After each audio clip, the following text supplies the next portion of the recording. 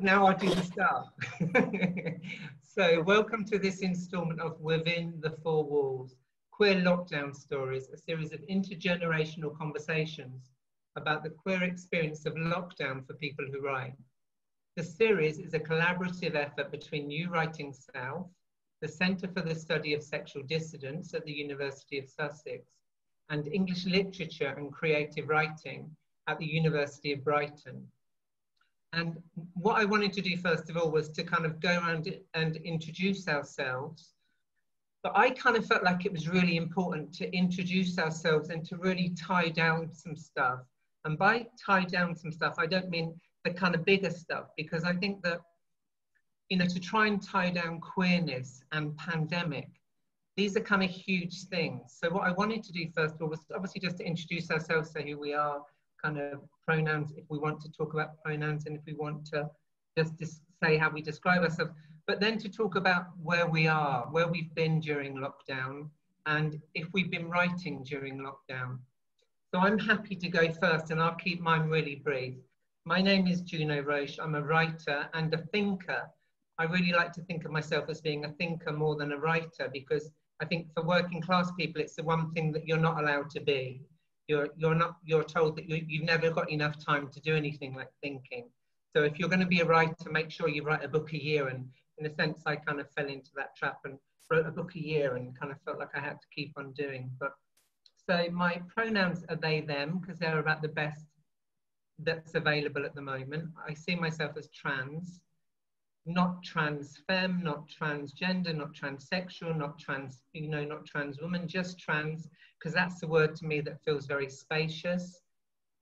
And I've been in lockdown in the most isolated place, in the tiniest village in Andalusia, which is always silent and always quiet. And I've been writing furiously every day. I've been writing a new book. So maybe let's go on to Nahal.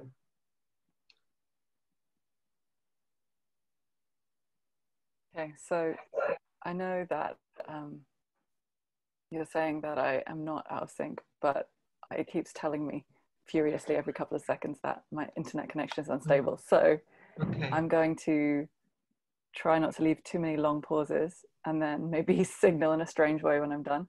So I'm Nahal, and I don't know. I feel like very much like my identity is in question. I've definitely spent most of my life not really signaling, not kind of consciously positioning myself relative to anything. I guess the pronouns I use are she, they, but like uncomfortably. I would prefer not to, and that's actually something I've started doing recently in light of a new job I've taken on at the Students' Union.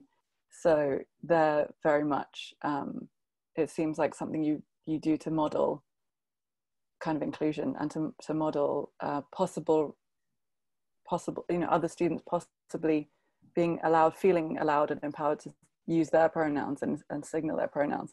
So that's something I'm doing now, but I'm fighting it on some level. So, which seems again petty and like I need to think it through.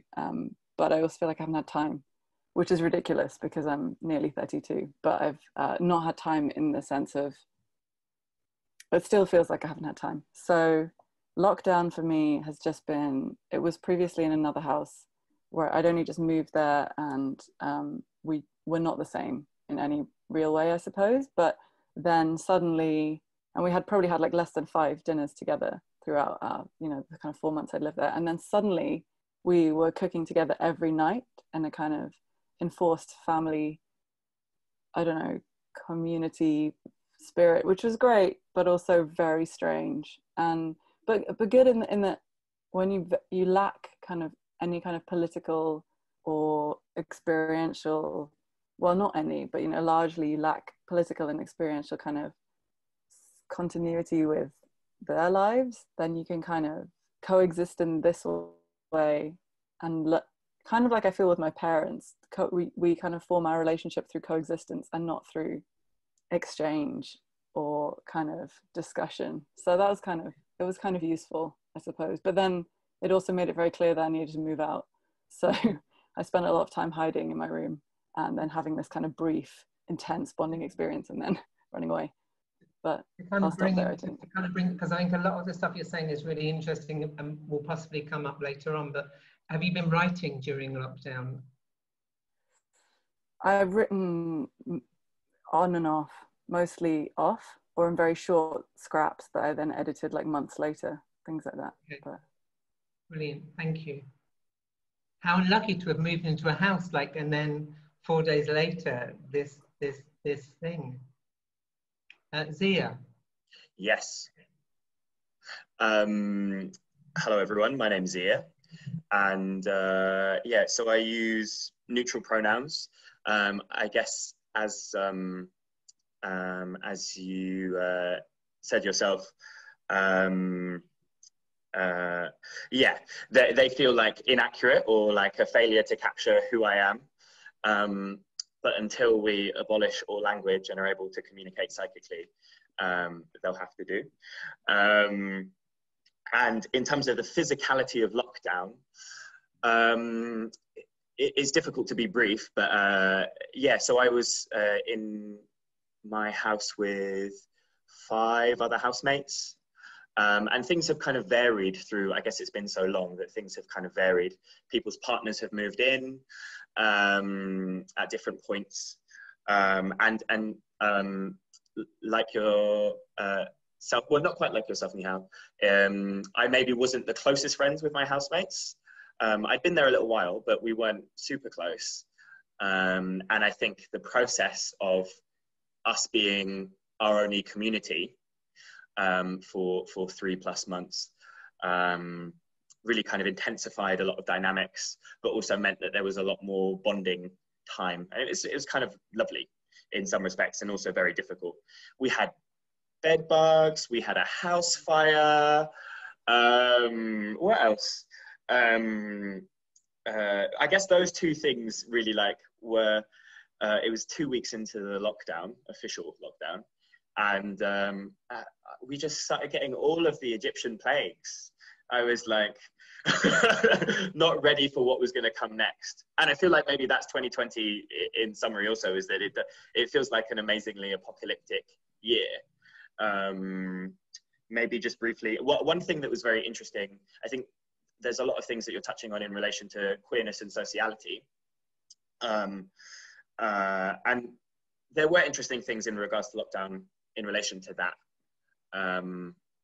But one thing that was very distinct, or a moment that was very distinct where lockdown became very intense, was during a lot of the media stuff around Black Lives Matter. And I guess being a person of African descent and being aware that the virus is affecting people of African descent more, and then, yeah, and not living with any other Black people in my house, I think. Whereas in previous times I could have Black sociality or any kind of sociality and travel, and, you know, I think the fact that I wasn't able to access that solidarity within, you know, you really want to be held by someone who understands your experience, and in this instance, that wasn't possible. But anyway, I'll stop there. And please say, have you been writing? That is, thank you. That was, I mean, that was really the notion of fragility that comes out of that feeling of being isolated, I think, and at risk and isolated. It is really powerful and very important. But have you been writing? Have you been writing during? So, I mean, yes and no. I think that's always an angel I'm wrestling. It's like sitting down with a page and actually writing something. And so I have been writing, okay, but not regularly enough and not in a disciplined manner. But that's kind of always been true. I mean, I just did. This is completely by the by, but I mean, I think the word discipline should never be applied to writing. I've become a much better writer by just sitting down and, you know, sometimes making lists and realizing that that's enough for that day. I mean, I think that you have to enjoy writing more than anything. You have to be in the moment of enjoyment with it. Otherwise, it just doesn't happen. So, Mikey. Yeah, so I'm Mikey. I use he, him pronouns, and I feel like they kind of fit quite well with my identity as a trans man. And yeah, I would say that my lockdown has pretty been quite different to most people's. I moved back in with my parents right before we went into kind of official lockdown, and that's a small town in the Midlands, quite a conservative town. And my relationship with my parents is really good, but it's a very like claustrophobic place for me to be. And there's also the additional fact of my mum has functional neurological disorder, so she falls quite heavily into the at-risk category. So there was a lot of kind of concern there. You know, we had to be very, very careful, not going anywhere, disinfecting everything in the house. And that was kind of a very stressful way to get through lockdown at the start. But about 2 months ago, once kind of the official lockdown eased a bit, I've been able to move back to Brighton, where I'm with two other housemates, and thankfully we're really close. So it's created a nice dynamic for us. We've kind of, you know, grown into a lot of like new routines and spent a lot of time together. So yeah, that's kind of how my lockdown's gone. Writing, have you managed to? I found, I don't know if anybody else felt this, but especially at the start of lockdown, I felt like there was a really big focus on, you know, maximizing your productivity and using all this like free time to really like pursue like a passion project or anything like that. I found that to be way too much pressure for me. And, you know, with the stress and kind of the fear of, you know, being in a pandemic, the last thing I wanted to do was, you know, think about how to maximize my creative output. So I've not found it to be a particularly kind of constructive environment for writing. Yeah. I mean, I suppose in a sense that kind of leads into my first question, or maybe my first kind of observance, which is that, you know, I think part of the reason why they wanted me to be part of this and to facilitate this talk was because I you know, I lived through the last pandemic, and kind of unfortunately I was diagnosed with AIDS very early on in the last pandemic. So I lived the full course of the last pandemic, and I think for the first 5 or 6 years, you know, with the spectre of death, you know, there were no drugs to treat me at that point in time. So in a sense, I have lived with the fragility that comes with pandemic. And so for me, this period of time, I felt like I had to write it out. I was so terrified because, like your mum, I fall into a category where I was told, I received a text on, I think it was day 2, that said, you are at risk of dying if you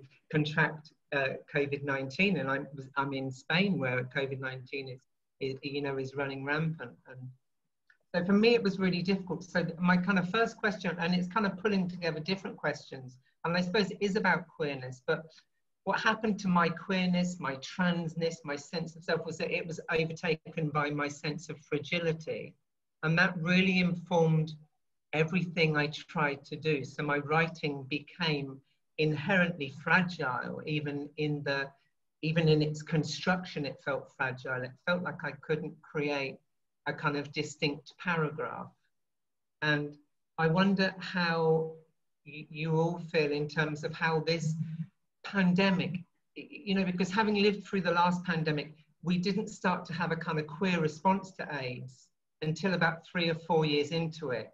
We were just blindsided. We were terrified. We were suddenly, everything that we'd known was like, and you know, this was in a time at which there were still people writing things in headlines that say, God says kill queers and junkies. And, you know, so there was this kind of notion that this thing was coming down and was picking us off one by one. So in a sense, that really impacted me this time. And I just wondered, has any of that happened for any of you? What's the fear like? And how has the fear impacted your kind of creative thinking, if not your writing, your kind of creative thought process? And I don't know who wants to go first. I'm happy for anyone to step forward rather than me pick someone. Zia? Yeah, I could talk about it a little bit. Yeah, so I was involved in for a while in a kind of fair weather fashion. The most recent incarnation of ACT UP London, which for those listening who don't know who ACT UP are, we're kind of international. ACT UP stands for AIDS Coalition to Unleash Power. And so since about the time I started taking PrEP, which was about as long as PrEP has been available in this country, so like 5 years ago, plus 6 years ago, I guess thinking about, and I guess even prior to then, thinking about how HIV and AIDS has kind of haunted or affected the queer community still, and how there isn't still there's not still a memorial for the people who died in this country, and there's not really a recognition of in this country of what really went on and how the conversation has changed or not. And so my head has always kind of been in that pandemic and the ways in which as queers there are kind of conversations about our vulnerability and fragility that we're always having in various ways, and sometimes those pandemics are viral, and sometimes those pandemics are pandemics of loneliness or familial abuse, or or homelessness. As queers, I think we're always being we are vulnerable and we are fragile often, not always, not everyone. And it's kind of been interesting occupying that headspace and always being in that headspace and thinking about the ways in which Tory cuts affect us and the world, the UK. And then suddenly, this isn't just a conversation that I'm having with my small radical friends, but it's a conversation that everyone is implicated in this country, or actually everyone is implicated in globally. And thinking about the ways in which governmental structure affects those who are vulnerable isn't just a kind of, it can sometimes be portrayed as a kind of a talking point, whereas now everyone is kind of implicated in a way that feels kind of, in a way it's a form of vindication. You feel like Cassandra in a way, being like, see, they were cutting, and this is what happens. And in another way, it's kind of frustrating, and you see that there's more work to do. So I've been feeling a lot of structural rage and a lot of structural fear about the future. But in a way, it's like, it feels more like a fulfillment of certain expectations rather than I feel blindsided. I should let other people speak also. A really interesting point about the kind of structural, and the Cassandra, the thing is that as somebody that's kind of lived with HIV now for so long, and has dealt with the stigma of it for so long, being trans and HIV positive and working class, because class has to come into it, because it's mainly poor people that are dying of COVID. Absolutely. Like in the past, it's still poor people that die from AIDS, and I think it's really important to kind of think about those things and to kind of really think about how structurally we as writers can impact, or as we come out of this, or make changes out of this. Mikey or Nehaal, do you want to talk about how perhaps your sense of self, your sense of identity, your sense of queerness, your sense of transness has kind of changed during this time, or has it changed during this time? Yeah, it's been odd because we're being isolated and trapped inside. I don't want it to sound like my identity hinges on how other people perceive me, but being only around my parents and then, two very close friends that I live with, kind of the thoughts that I would normally have on a day-to-day basis of, of passing, as much as that can be like a problematic concept, it's still something that that, you know, it kind of troubles me every day. So it's been very strange, kind of, I don't know, not knowing how other people perceive my kind of presentation, but it's been kind of freeing. It's given me the opportunity to kind of decide, well, no one's going to see me, so what does it matter if I grow my hair out and dye it and paint my nails every day? You know, if it's just me and just the people closest to me seeing me, like, what difference does it make? So that is kind of liberating, but at the same time, it's then that stress of when I go, you know, I go to the shops, and also, you know, we're wearing masks that hides most of your face, and for me, I don't know, that's an extra layer of stress of, you know, how are people seeing me? So yeah, it's been an interesting kind of dichotomy that I've got going on there. It feels like a really interesting that notion of passing, because one of the big things that I was really interested in this was this notion of, because people say that for trans people used to have to do the real life test, which was all about the fact that we would be made real by the gaze of others. And in my, not my last book, but my book before last, I interviewed somebody who'd been bedbound for 7 years. So they hadn't, and they'd literally been bedbound, and they had no mirrors in the room. No one had seen them, but they transitioned, and they explained their transition to me through their feet and their hands and their legs and the stuff that they could do. And in a sense, it's that notion that in a way, you know, passing isn't silly, because it is that notion that we are all made by the gaze of others. And that's how we collectively, you know, we collect that stuff, and that's how we formulate something. Even if we reject it, that's how we formulate something. Thank you for talking really kind of openly and bravely about that kind of, because it's an incredibly fragile thing to kind of to talk about passing and to put it on the table. So thank you. Nahal. I'm hoping there's not a lag. No, it's fine. There's probably a lag, but there's always a lag. I feel like that's and kind of thank God for that. I just, you know, it reintroduces the suspicion of like comprehension that I always had into the sphere. But yeah, I don't know. It's been strange, because in a way, my whole identity has been shaped around, from a very young age, has been shaped around denial of my fragility.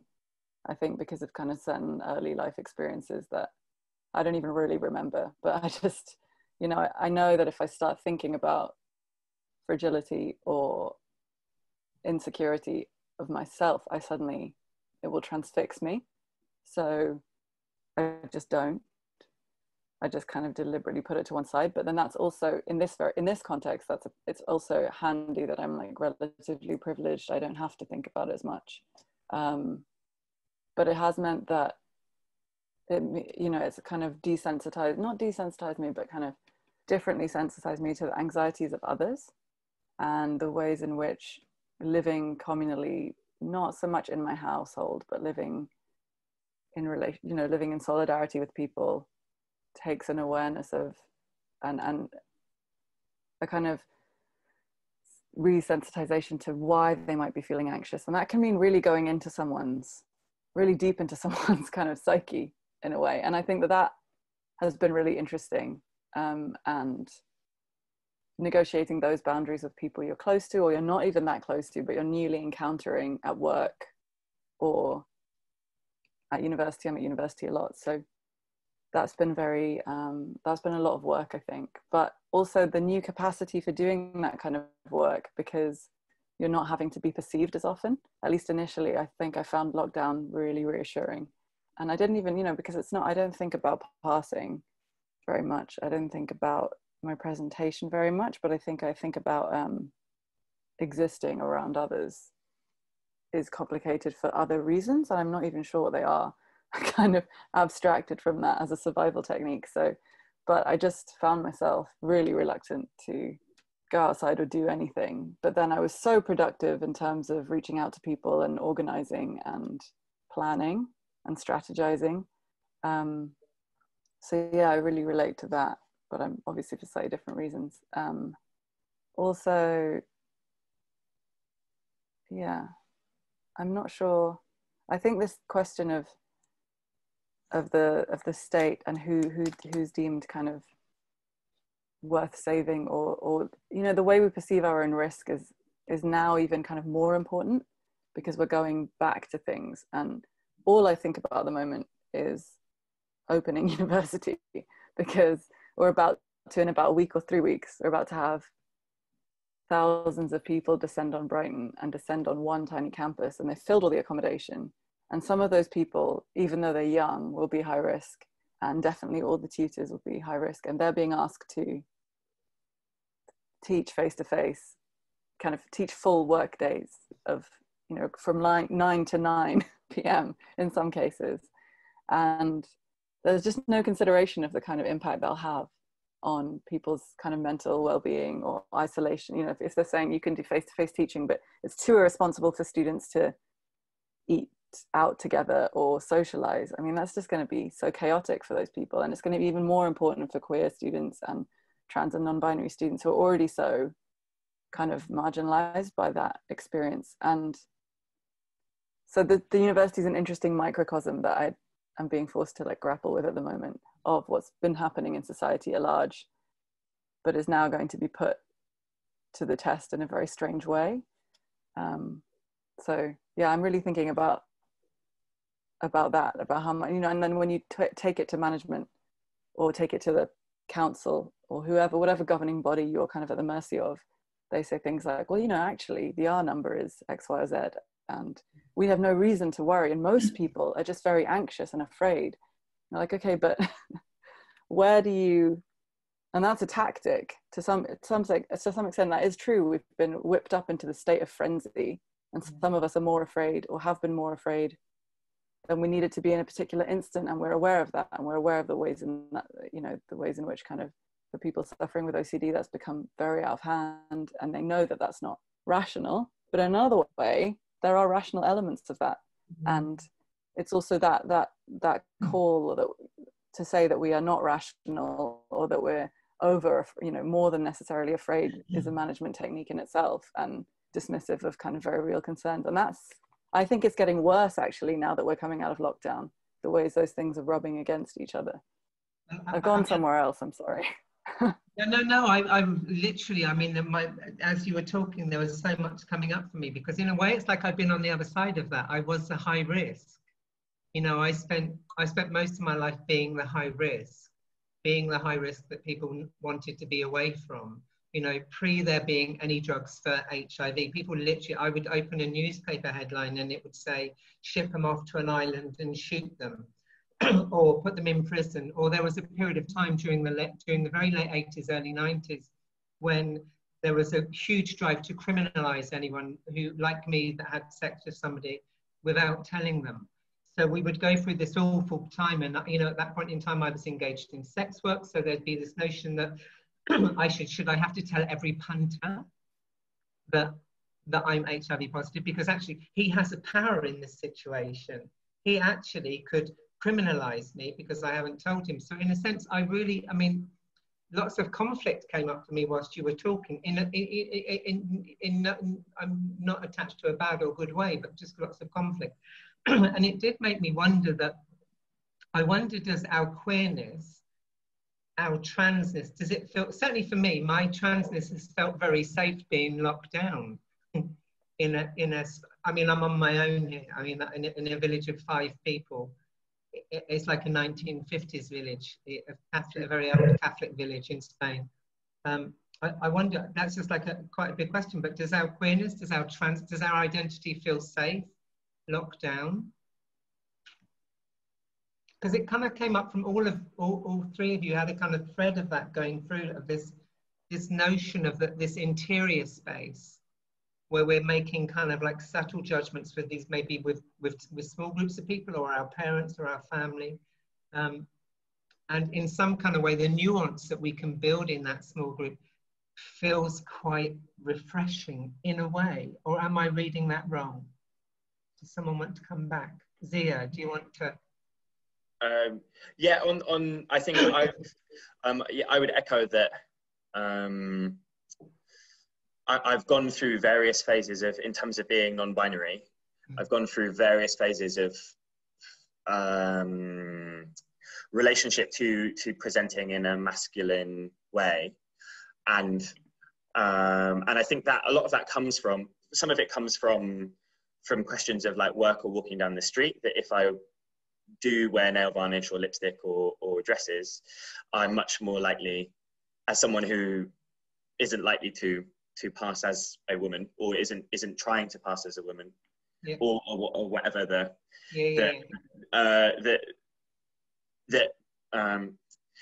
being perceived in that way can lead to violence, and not infrequently. And so I've gone through different phases of my life of embracing that, or kind of shying away from that because I feel vulnerable. And then also I think romantically, unfortunately, I date primarily gay men, and a lot of the gay men, often cis gay men, are also quite normative in their expectations and demand a particular kind of masculinity. So sometimes there's also a fear of rejection around being feminine there. And often I've tried to try and embrace myself at times when I have felt able to, but have often struggled with that. And actually being in lockdown has allowed me to not be so concerned about walking down the street and being beaten up, or having a knife being threatened with a knife on public transport or whatever. And also not having to think about rejection in those terms, and not having to think about my exterior and myself as in relation to other people's desires or fears. And so it has been a space for me to, in some ways, like, feel more settled in my non-binariness and feel more settled in my exploration of both masculinity and femininity. Yeah, so that has been true for me. It's incredibly powerful when you say, our experience on the street can be so violent.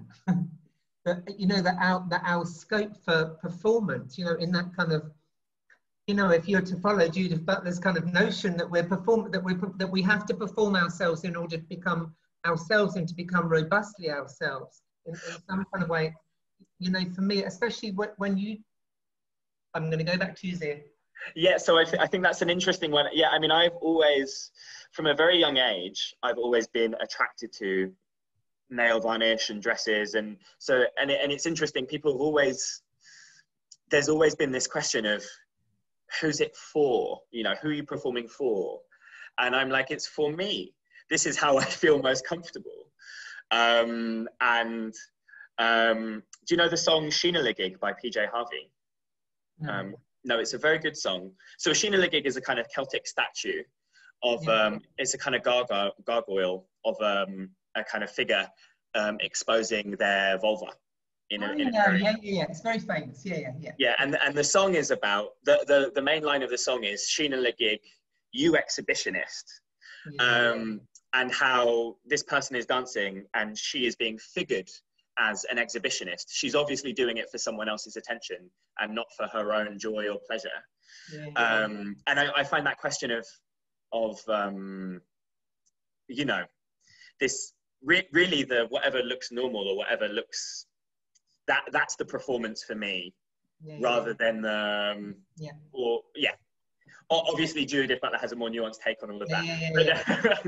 Well, I suppose the thing is that the way that I interpret performance is that the performance is going closer to me. The performance is that an internal performance in which I make which I feel robust. Absolutely. And in a sense, it kind of really fits into something that you said, Mickey, which was when you said that when you were inside, you felt that you could paint your nails and grow your hair and dye your hair. And in some kind of senses, I wonder if we're all very tired, because it's been a really tiring time to be queer.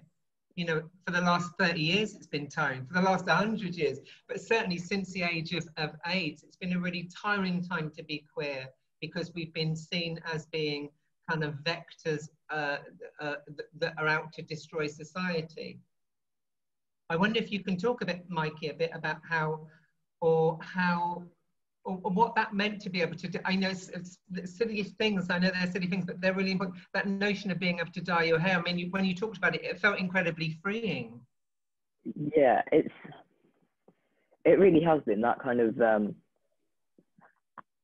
the ability to kind of experiment with like presentation without having to worry about judgment, as it has been a good thing for me.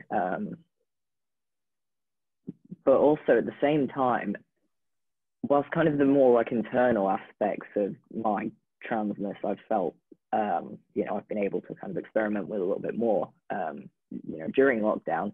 There's another big part for me is the medical aspect. You know, I've been on testosterone for a year and a half now, but when I moved back to be with my parents during lockdown, I wasn't able to get my treatment. The doctors, they said it was non-essential, so they weren't willing to do injections for me. And I'm not in a position to, you know, self-administer or anything. So that's another big reason why it was so important for me to move back to Brighton and, you know, be back in a place where I can continue my treatment. And also I've been on a surgery wait list for maybe about 18 months or so. And at the start of lockdown, I got a letter saying, we're really sorry, we know you've been waiting a long time, but we're completely on hold right now until things settle down. And thankfully, I got a call from them like 2-3 weeks ago, maybe, saying, we have an appointment for you, do you want it? Woo! Yeah, so it's very strange for me because things went from being completely on hold to now everything kind of realigning and getting back on track. So it's been a very, very turbulent time, I think. Nehaal, I was really interested in something that you said when you talked, I think I'm right in talking about that you didn't feel like passing wasn't an issue for you in terms of how other people perceived you. And I wondered if you could talk a bit about that in terms of that kind of happening in lockdown. What does that mean? How does that actually actualize itself? For that, not to me, it's been the kind of anyone that is is my age and transitioned when I did, you know, it was drummed into us that passing was the thing that you had to do because it was all about pleasing someone else and never about pleasing you. And I'm really liking some of the stuff that you're saying because it feels very centered in you. And I like the way that you talked about fragility in terms of that.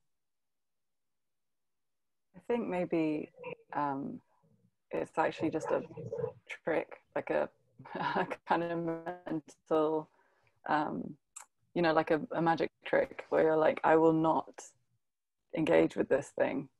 But in the sense that I think for quite a young age, when I came to the UK when I was nearly 2, and then everything seemed problematic about me. Everything about me seemed problematic, like in every sphere.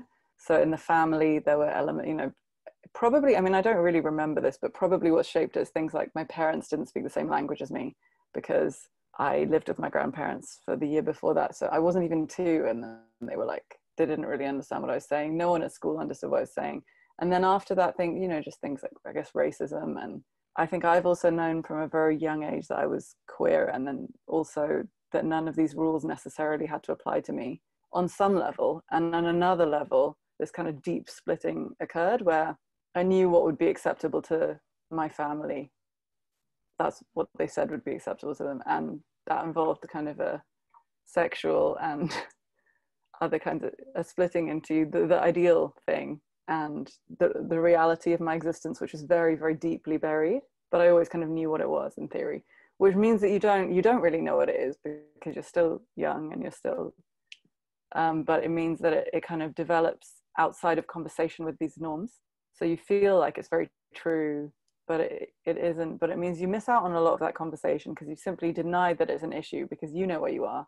And then for a long time, of course, I wasn't unaffected by racism and things like that. I definitely presented myself as, you know, palatable to the kind of, I grew up in a lot of very kind of not very diverse communities or schools. So then I definitely presented myself as palatable to those, to kind of a racial, like a dominant, a white other, I guess. But then at some point I had that, not awakening, don't want to tie into this, but I had that kind of awakening.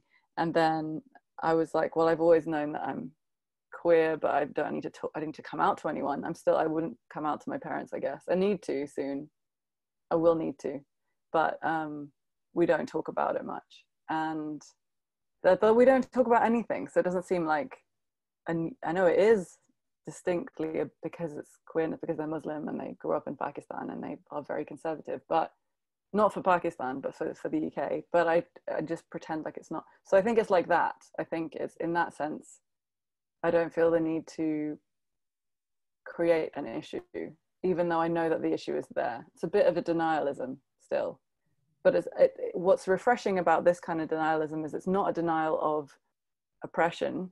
It's not a denial that I'm not experiencing sexism and heteronormativity and cisnormativity, which is what the kind of denial of racial oppression was. But it's a kind of, I am not safe enough to deal with this now. So I don't have the tools and I need to survive, which is not that uplifting. And it's not that kind of, but I don't feel like I'm hiding.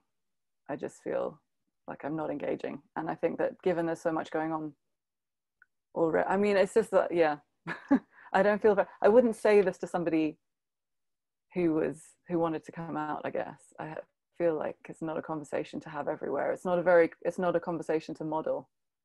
I mean, I don't know. I mean, I think the thing is just listening. I mean, I think that what you're talking about is now, you know, the one, when you're queer, trans, other, you know, and if you have another, if you sit at the intersection of something and queerness, you know, you have this incredibly tough road to, and it's not even a road, it's not even a path, it's a kind of, it's a tricky ravine. It's something that you're having to navigate it, as well as live a life, as well as keep yourself safe, as well as get through university, as well as be a good child, a good child to your parents, and be a good sibling, or, you know, whatever, you know, any number of things. I sometimes think, listening to us talk and listening to the things that we've said, that actually one of the things that might have come out of lockdown is that it's quite tiring to still live in a society that needs us to declare ourselves so often. And I know that in terms of writing, as a writer, every time I send a manuscript out, if it's accepted, it might be accepted, but there'll be something like, yeah, I really like the trans content. Or if it's rejected, it will be, it's too trans, it's not trans enough. I've already had a working class trans writer's script in. So, you know, there's this notion that we have to really pin ourselves down. And I wonder if that feels, if we can reflect on that as if we've been able to reflect on that during this period of kind of lockdown. We're definitely living through a time that's even more than with HIV, because with HIV, it wasn't, the whole world wasn't implicated in the pandemic. It very quickly assigned it to gay men and to drug users and to people that engaged in sex work. It very quickly assigned it there. And so the rest of the world just pointed fingers. But I don't think we can do that. I wonder if it's been, in some way, if someone could perhaps talk about the kind of the weight of that, always having to, in writing especially, always having to title ourselves, you know, first and foremost. Yeah, I feel like I tie myself in knots sometimes when even thinking about writing. It can be hard to even get started because I never know if, I certainly do feel like I'm very proud of my identity as trans and, you know, as a gay man as well. And, you know, I'm glad that that's a part of me. I don't want to hide that for any reason, but at the same time, I don't want that to define my writing. You know, I don't want that to be the only thing that kind of makes my perspective when I write interesting. So I tie myself in knots before I can even get started, trying to work out how much of my identity should kind of come into play with like the content of the things that I write. It's yeah, I don't know if that's a struggle that anybody else really feels, but yeah, I find that quite difficult. I like that question going out to people. I think that's a really interesting question.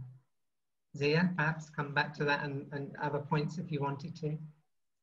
Yeah, I think one thing that maybe has been touched on a little bit is, well, I think, so I also have had a sense of my, like, let's just call it weirdness or queerness, whichever, from a very young age.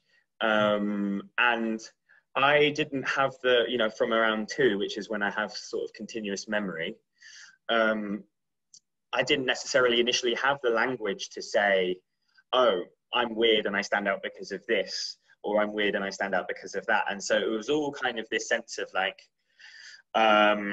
something was afoot with the world. I thought like the world was kind of wrong in some way, fundamentally, and it just wasn't right.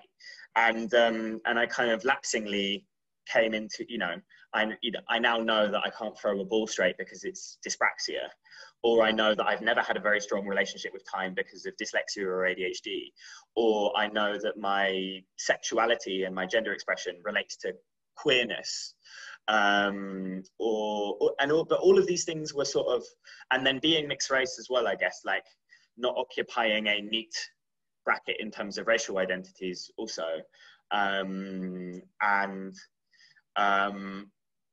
all of these kinds of taxonomic distinctions that now kind of, you know, I've got a laundry list of them, but before they were all kind of nebulous, and I, in a way, in the way that, you know, we were discussing pronouns initially and what pronouns, and there's something yet unresolved for me about the world and about my difference and about a lot of other people's differences, and there isn't quite language for it. And maybe that's part of my writing, isn't just necessarily writing from any of these one particular identities, but thinking about those, how to make language that space of the future in which it can be, in which, I don't know, yeah, how to queer language in a way so that I am not a queer or a non-binary or a XYZ writer, but the world sees itself as implicitly queer or non-binary, or that these categories in a way, in a kind of Judith Butlery way, kind of come and go and flow in all these interesting ties and binds and dynamics. Anyway, so yeah, that's, I don't know. I veered off somewhere, but no. I mean, I'm literally, I mean, it's like I'm really old, so I never get the chance, and I'll be 57 next year, and I'm wonderfully happily 57 because I was told that I'd die in 6 months, almost 30 years ago. So I'm dead happy about that. But I never get to listen to kind of younger people, and I really don't mean that in any kind of fucking patronising way. I mean it in a kind of, I think I've just sworn. I think they'll have to edit that out. I'll just say it again. I don't mean that in any patronising way, but in a kind of, so for me it's this kind of really, I mean, I think the thing is,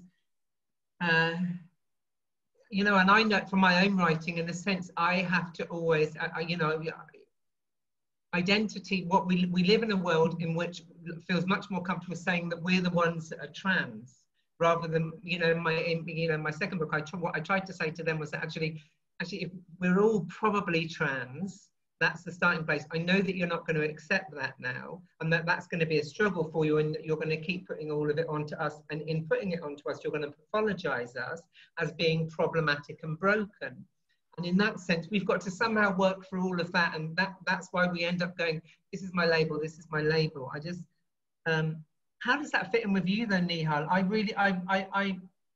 I kind of, the way that you talk is very, you kind of give stuff away. You are quite happy to say, well, actually, that's a fragile thing. I'm not quite ready. There's an incredible bravery in your conversation, is what I'm trying to say, which is you occupy a space which says, I'm not quite ready yet for those words or for that language. And I really I wonder how that comes in. I imagine that your writing must be incredibly beautiful in that sense. If you are writing in that place, and if you're not writing in that place, you should.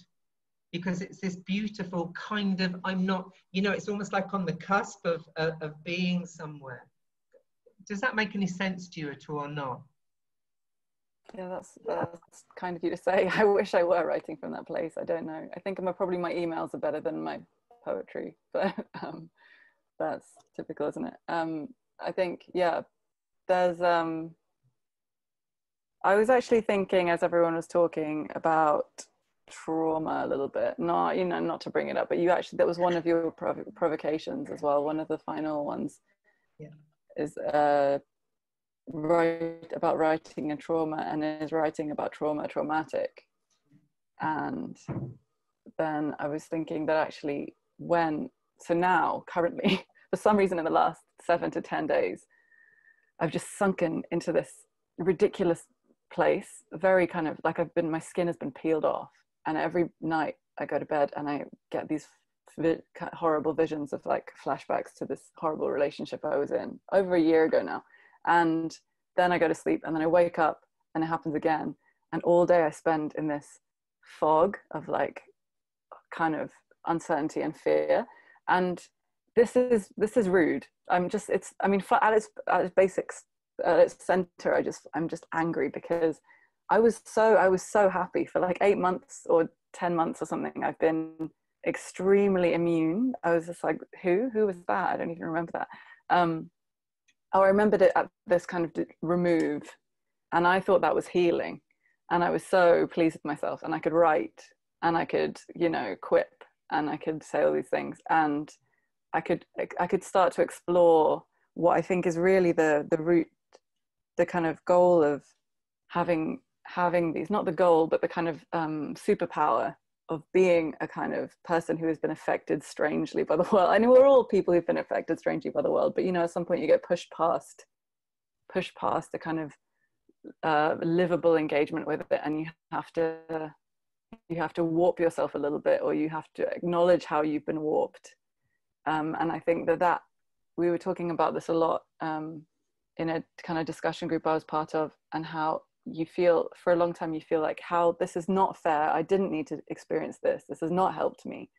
I'm just broken. But then you can reach past it and think, okay, actually, this is a kind of power I can see in others now, these kind of deviations from the supposed norm, and I can kind of reflect it and I can hold it. And together we can form a vision for like a better world, and what would we want that to look like, and who do we start with, and how do we pull them together?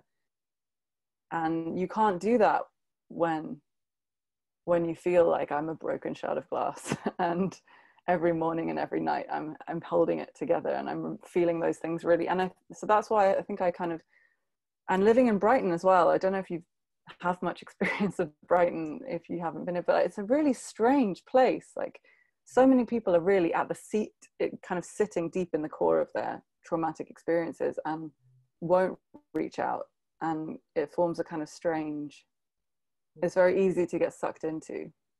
But then when and I think a lot of people's anxieties in the pandemic as well are kind of inextricable from that feeling of like not reaching out from that, you know, a lot of the queer community is especially frightened and especially isolated. But then as soon as you kind of you have some distance from that, as I have had for a few months, it's so easy to be like, you guys, no, you know, I see what you're saying, and pull people out and pull people together. And I'm just wondering how we productively get each other there to do some of the things that even I think Zia was talking about as well, that we're already talking about to some extent, like to play and experiment rather than putting ourselves in categories. Yeah, I mean, I think in some kind of sense, everything that you sense, it forms a kind of like a robust alternative to fragility, which is in the sense that you occupy this ground which says, I'm not ready for words. I mean, I kind of feel that even at 50, I mean, not even at 50, at 56, I still feel like a work that's completely undone.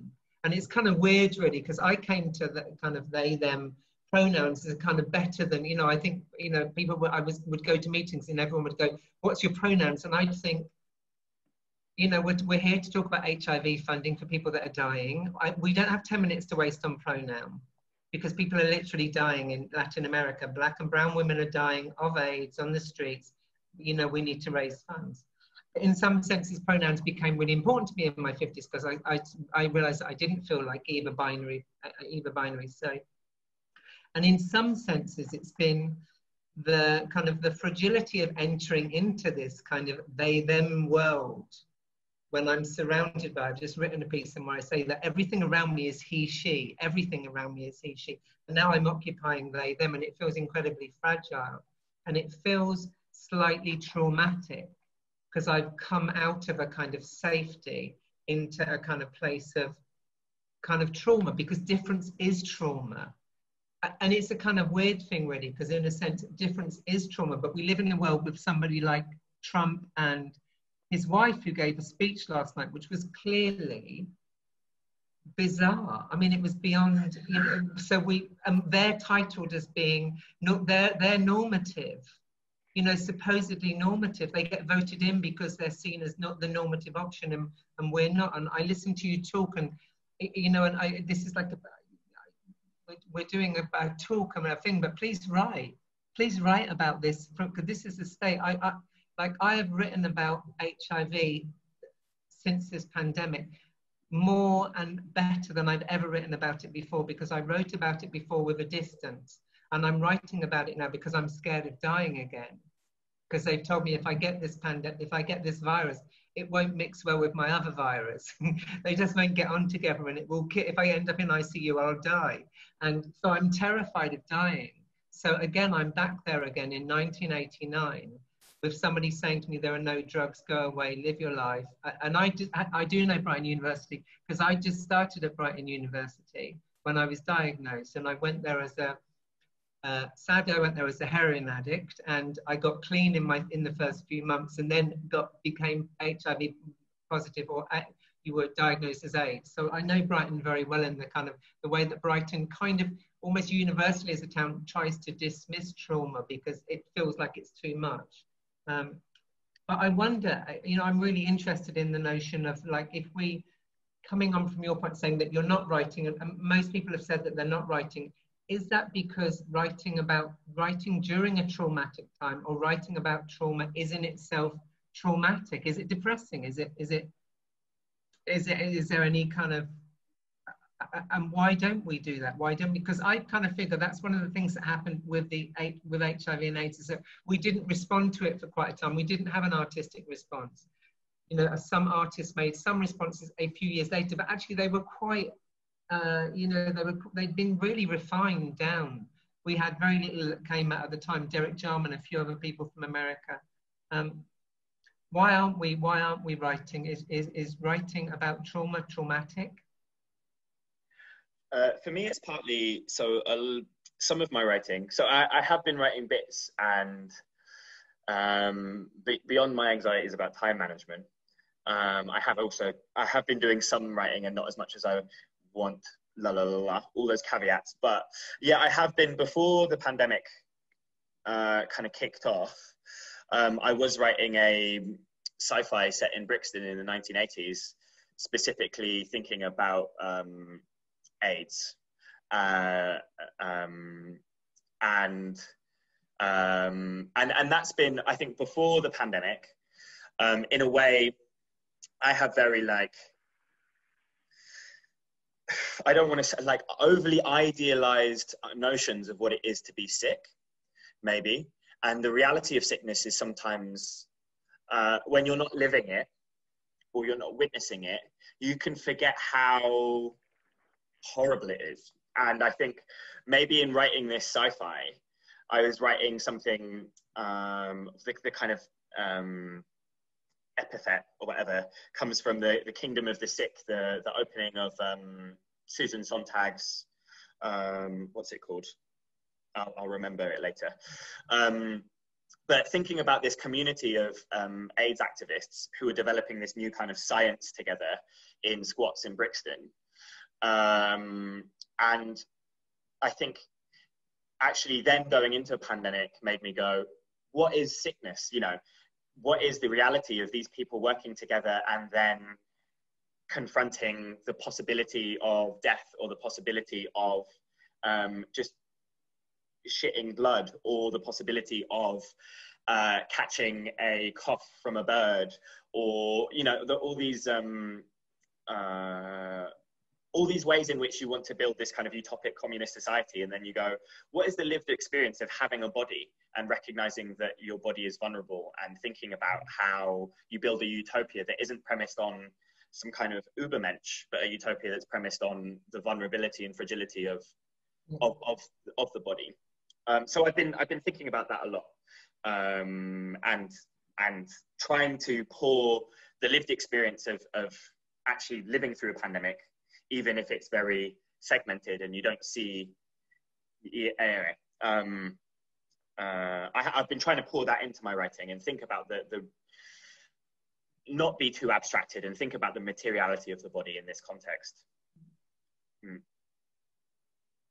I mean, the thing is that the fears that you're all feeling now are exactly what we felt in the 80s.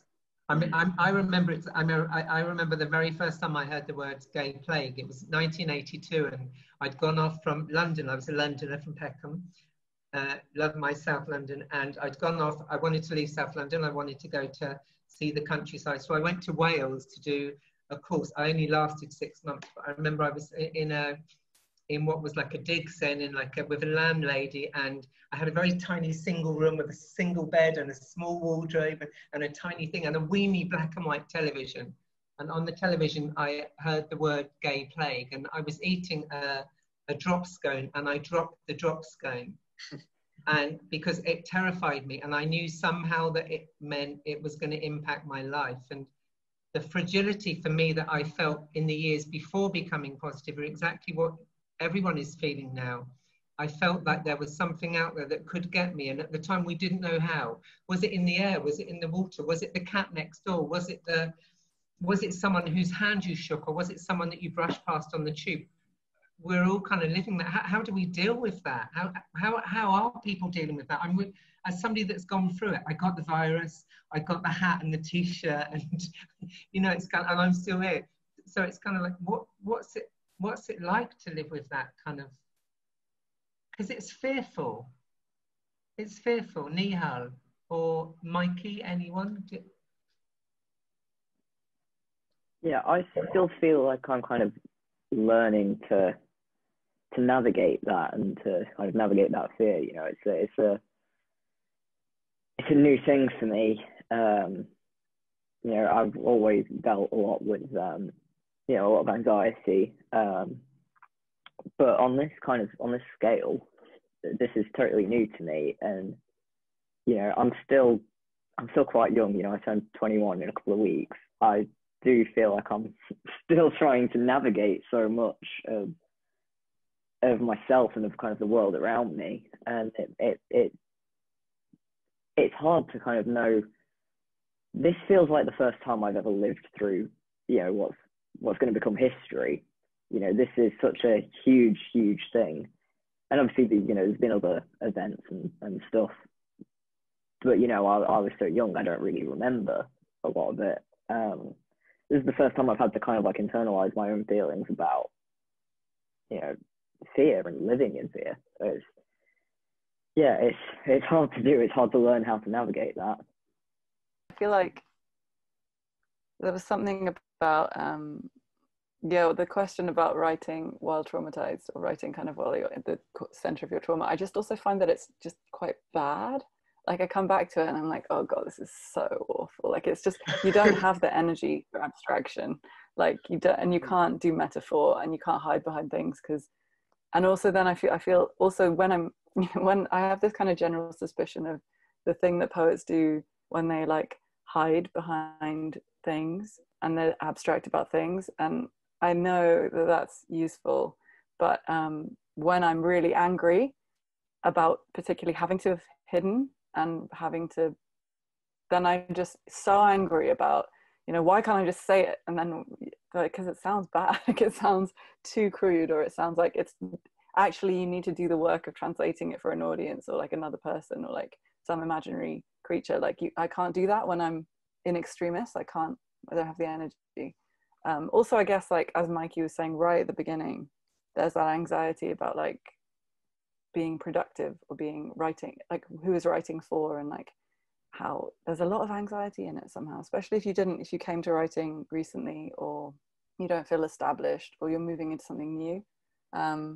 But also there was something you were saying about gender as a structure being traumatizing, and I feel like that's the funny thing, is that it kind of has been for many people, and even, you know, even some of my friends who kind of would have transitioned or are transitioning, and they're saying that now they have to be e.g. like a woman in a particular way, and that's very, very constraining. But they don't. I mean, we don't. And I sometimes feel like angry about not angry, okay. Somehow feel strange about escaping almost to, I don't feel like I'm non-binary. I don't feel like I'm not non-binary, but I don't, even that seems like a new category someone's created for me that I don't know how to do properly. And then, yeah, and then the fear of something living behind things. Sorry, I'm doing like a weird shopping list, laundry list kind of thing. But the fear of something living behind things, yeah, I feel like most of all about, since kind of the election, I guess, which I think we all went through a kind of brief, crazy collective psychosis in a way, where we all kind of dared to hope for things. And I don't know when I started hoping, but it was pretty late. I think I probably started hoping only 4 or 5 years ago, and then I think the election just reminded me how stupid that was, and how kind of deeply racist and like angry this country is in lots of ways. So then the thing that it seems like increasingly that's living behind everything is this fascist tendency, and then trying to figure out where that comes from, and where it comes from in individuals, and what they're afraid of, and why they hate themselves so much, and how to kind of stop it. That feels like the scary thing. I can't, because even, and then you know, things like any specific viruses seem like just to be making that worse, making people more afraid. And then, so there's a real tightrope, I think, to walk between like properly acknowledging people's fear in any of those circumstances and honoring it, and then also pulling them out of it, but not too much, and not in the wrong way, and not the wrong kind of fear, and pulling people together when they're actually, you should be afraid of them to some extent. You have to be. It's weird. I mean, how do we get that? How do we get enough bravery to confront people without being, and confront them and let them live their lives without kind of being in danger from? I suppose to a certain extent, I mean, I'm going to kind of open it up. I just wanted to come back and say one thing. I feel like I feel like I always write. I write the trauma, and what I've kind of learned as a writer, and I don't know that I'm a good, I don't even know that those words matter. I write books, and I enjoy what I do, and they get published. But what the process of writing is not about the writing, and not about it's about the editing. I mean, I write something, it takes me a day to write, and then I edit it for 3 months. Even an article, that's why I don't write articles anymore, because it became so stressful for me, because I'd be like, I need months to edit this, because in the editing is when you, metaphor is when you take apart, it's when you go, you know, is when you pull all that stuff back, and in a sense, maybe that feeds into your thing of like, how do we confront people? Well, we confront people by doing it well. We confront people because, and we are confronting people. Part of the reason why there's such a fascist response is because actually we have changed school buildings. We have introduced new language. You know, I've just written a book in which I interview 5-year-olds and 8-year-olds who have transitioned at nursery. And they say to me, I don't like the word trans because I don't want to be tied down to any word. And I think that's why the fascists are scared. That's why they're kicking back. We need to somehow, part of the thing for that lockdown for me is that I've really connected with lots of queer people via Zoom. I've done lots of great book readings in great queer spaces, categories books, you know, just across the country with lots of my kind of queer family and queer siblings who have really, we've re-energized each other and realized that actually we're the people writing the books. We're the people making the television that people are watching. We're the people making the art that people are going to see. We're Travis Alabanza. We are, you know, the lists go on. And I think that we just carry on, and we carry on regrouping. And that's one of the things that happened for me during the AIDS pandemic, is that, you know, I became part of a group of people that we created housing for people that were living with HIV. I was part of Body Positive, and we ensured that people got massages, and we kept regrouping and coming back together and realizing that in our fragility is our strength, but also is the places where they get in. So we have to protect each other's fragility. I know that time-wise, we've got to kind of draw this to a close in a minute, and which feels a shame, because it's been a complete honour for me to be part of this. And I just wondered if perhaps the three of you could kind of just kind of sum up how you are planning to go forward with this, because you're kind of planning to go back to universities, you're planning to, and I hope to start to write. I have to say that I really want to read writing by all three of you. Having listened to you talk, even for this briefest of moments, I want to read writing by all three of you. But I just wondered if you had a kind of strategy that, not that would help someone else, this isn't a self-help book or whatever, but you know, how are you planning to move forward from this point? Zia, do you want to go? You put your pencil to lips, so. Sure. How am I moving forward? It's a good question. Yeah, I think I mentioned this Cassandra-esque impulse that I've had. And so in a way, I think one thing,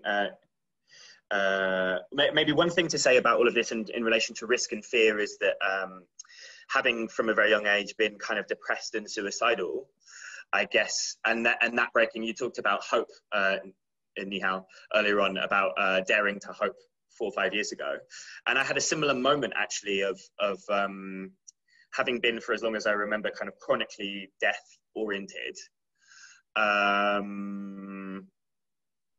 had a moment in which that kind of broke for various reasons, and I became hopeful about life and kind of hopeful about the prospect that we can be empathetic and that we can build a politics that is vulnerable and cares for each other and acknowledges all of our various identities, and it was almost like why not? Like, okay, I've spent 26 years being like, it's such a tragedy to be alive. You know, why is there suffering? Why? And then I was like, okay, so suffering, that's like one flavor of ice cream, but there are like so many other flavors of ice cream, and they are sometimes painful, sometimes delicious, sometimes sour and sassy, you know, all of that I was just like able to access through this kind of process. And so what I'm trying to do now, and it becomes more and more difficult as time goes on, but I'm trying to retain that hope, that potentiality of, ultimately, because I've been political for you know, since my early teens, and I would always encounter other young people who were maybe slightly more apathetic about politics, like, why are we marching or why are we doing this? Homophobia is always going to exist. And I was like, I even then at 16, I would be like, you can see that laws have changed, like within people's lifetimes, we can see that the world has changed and that the world can change. And so I'm maintaining that hope towards struggle that we need to believe and work towards a better world, even when it seems it's least likely, because other people have done us that gift of building the utopia in which we can present the ways that we do, and we can hold hands and we can kiss in public. And that's a dream that people died for and they might not have seen the fruition of. And that's a gift that I received, and I think I need to keep, no matter when, you know, I do need to keep writing, and I need to keep working and engaging in politics to pass that gift on. That would be my close. Mikey. Yeah, I mean, I as I've said before, I feel like a lot of things are still very, very new to me. I'm still learning to navigate things. But, you know, this gives me a lot of time to reflect, and I feel like, in a way, there's no better time for me to kind of go forwards and you know, keep learning and keep trying to, you know, make an impact. You know, my writing, a lot of times I feel I write primarily for myself. I don't share with an audience. And also, you know, I write a lot of different things, whether it be, you know, I write a lot of music, but then I also write a lot of almost more like think piecey type things. And then I do write fiction as well sometimes. And, you know, I keep a lot of that to myself. I don't share the kind of the results. But, you know, maybe now is a better time than ever to kind of, you know, really start developing that and sharing it. But I feel like I have the time, you know.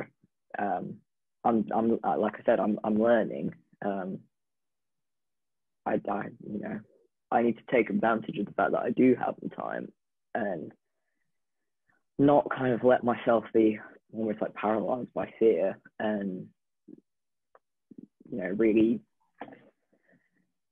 try to kind of flourish the best that I can in, you know, in the world that we have now, as hard as that can be. But, you know, a lot of other people, you know, people who came before me have put in so much groundwork. You know, I wouldn't want to kind of waste that. So yeah, I think, like I said, there's a lot of learning for me to do, but I think, you know, even being involved in conversations like this is such an important part of that for me. So yeah, taking those kind of opportunities and surrounding myself with that is really important.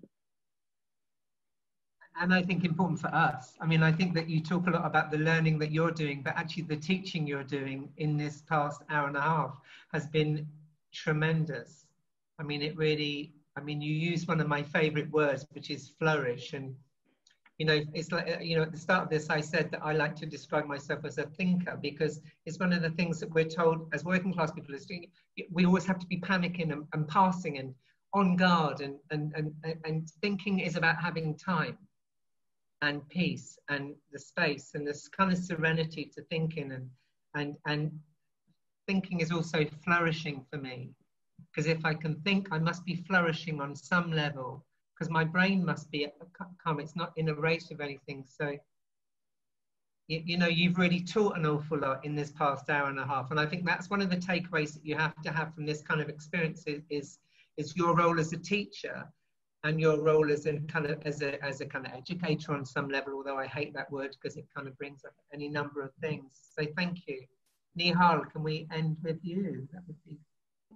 Yeah, I'm just thinking a lot now about this kind of, yeah, how kind of productive these, well, not productive, but, you know, like generative, I don't know, this is a very academic sort of set of words, but anyway, clearly I'm fumbling and just picking on the kind of biggest words I can, but like I think that there's something really important about like this exchange, like drawing everyone into the exchange. Like we've got so much to learn from what's gone before us, because it kind of really shapes what we can possibly imagine. So we can imagine things which are contemporary, but like, and you know, things have gotten better in lots of different ways, but things have also gotten, you know, in some ways a little bit worse for individuals or individual people. And I think when you're having a particularly bad experience, or just haven't experienced a really good thing, you forget that like 20, 30, 50 years ago, people had like this great little way of living in this country or that city, or like there was this thing going on, or like people supported each other out of things that you couldn't imagine supporting anyone out of, and it's possible. So I think that we need a kind of a repertoire. We need like to build that. And so we need to keep having conversation, but also then, you know, people who haven't had that their whole lives and can't be optimistic in that way, or even me, like even at this point when I'm kind of stuck in a different place, like I really need to hear, and I've decided that there's nothing good to be gained in binaries, and I need to hear from somebody just starting out who's like, actually I've gotten this strength and this strength from identifying this way, or like having this support. And so there's that kind of constant tension between like what we can imagine and like project and build, and then also what we need to survive, and the kinds of like when we take a break and we go and tend to ourselves and we let ourselves kind of almost be held by that. I mean, I think there were some words that came up in all of that around kind of hope and flourish, and what's possible, and also holding each other. And I think that those are all things, I mean, you can learn from the past, but I'm learning an awful lot from younger people at the moment, what it's like to be scared, because I don't remember being scared, because I was scared. I was terrified when we first heard about AIDS. We were terrified. They called it the gay cancer, and they said it killed people very quickly. Now that's different than with COVID, because with COVID, they started off by saying, it's just the flu. No one's going to die. It's just the flu. But we didn't have that. We didn't have that luxury. We were told it was a gay cancer that would kill you very quickly. And if you were on drugs, if you were a sex worker, you would, and the fear that I felt, I never explored then, and I'm exploring it now. So in that kind of sense, I just want to say a huge debt of gratitude to the three of you for this evening, because again, I feel like on some level, I feel like I've been held by you all.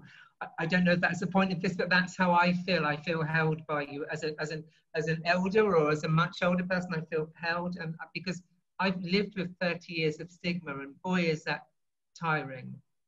And it's the same as it is today as it was. If I go onto Tinder and say HIV positive, people, cis men will try and throw a brick at me through Tinder, so it's still that same thing. But I mean, I feel incredibly hopeful, because just listening to the stuff that you've said gives me hope, that because we need more queer writers, by the way. I'm not trying to get you to be productive.